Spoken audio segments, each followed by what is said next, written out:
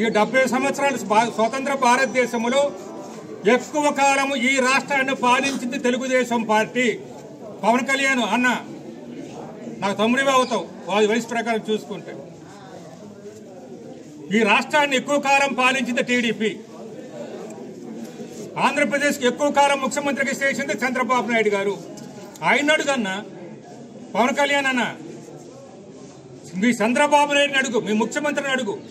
మీరు 4 సార్లు ముఖ్యమంత్రి అయ్యారు. ఈ రాష్ట్రానికి ఎక్కువ కాలం ముఖ్యమంత్రి చేసే వాళ్ళు మీరు ఎందుకు ఇవ్వలేదు గిరిజన ప్రాంతం రోడ్లని?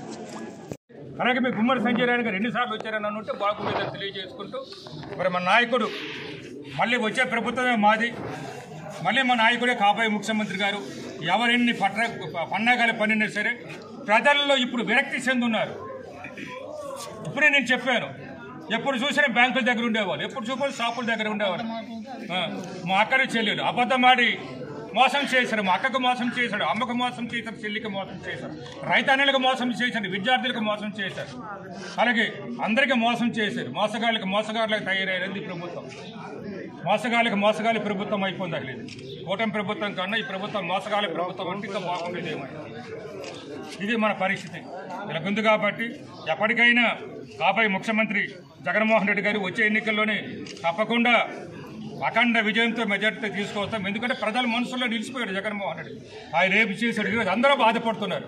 మనం తప్పుడు చేసాము, తప్పుడు నిర్ణయాలు తీసుకున్నాము, ఇక మంచి నిర్ణయాలు తీసుకుందాము అని ప్రజలందరూ ఒక నిర్ణయానికి వచ్చారు. కాబట్టి మరి వచ్చే ఎన్నికలు ఎప్పుడు పెట్టినా, జమిలీ ఎన్నికలు వచ్చినా ఆ తర్వాత వచ్చినా సరే మరి కాబోయే ముఖ్యమంత్రి జగన్మోహన్ రెడ్డిని మీ అందరికీ తెలియజేసుకుంటూ, జగన్ మరి 1000 ఏళ్ళు వర్ధిల్లి 100 ఏళ్ళు పాలించాలని కోరుకుంటూ, మన దేవుణ్ణి ఆ ఆంజనేయ స్వామిని అలాగే అల్లాను ఆ క్రీస్తు ప్రభువును కూడా నేను ప్రార్థిస్తూ మీ దగ్గర సెలవు తీసుకుంటున్నాను.